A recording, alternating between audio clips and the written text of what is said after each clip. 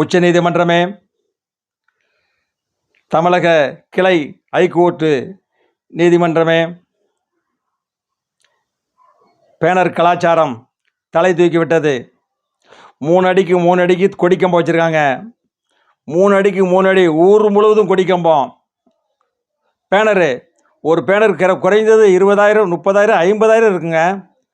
மக்கள் வரிப்பணங்க. மக்களுக்கு பயன்படக்கூடிய பணம் எல்லாம் தெருவில் நட்டப்படுகிறது, வீதியில் போர்டு வைக்கப்படுகிறது. மக்கள் வரிப்பணம் இப்படி சின்ன பணம் ஆகிக்கிட்டு இருக்குது. இவங்களை நம்பியெல்லாம் ஆட்சியை கொடுத்தாங்கன்னா என்ன ஆகுங்க? நாடே சுடுகாடு ஆயிருங்க. மக்களே, விழித்து கொள்ளுங்கள். 2026 யாரை தேர்வு செய்யுங்க.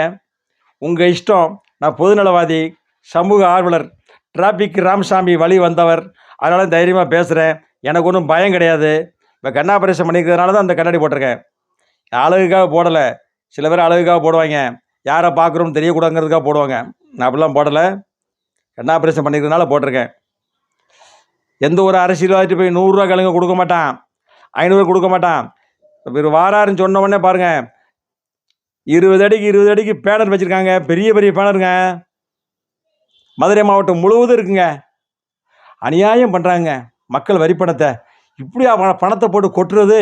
தேனி மாவட்டத்தில் இருந்து கம்பம் வரைக்கும், அதே மாதிரி மேலூர்லேருந்து திருமங்கலம் வரைக்கும் பணத்தை அப்படியே அள்ளி வீசியிருக்காங்க. ஏதுங்க இவ்வளோ பணம் இவங்களுக்கு? எங்கேருந்து வந்தது? ஜமீன்தார் வாரிசு அவங்கெல்லாம். மக்களே, நீங்கள் தான் கேட்கணும்.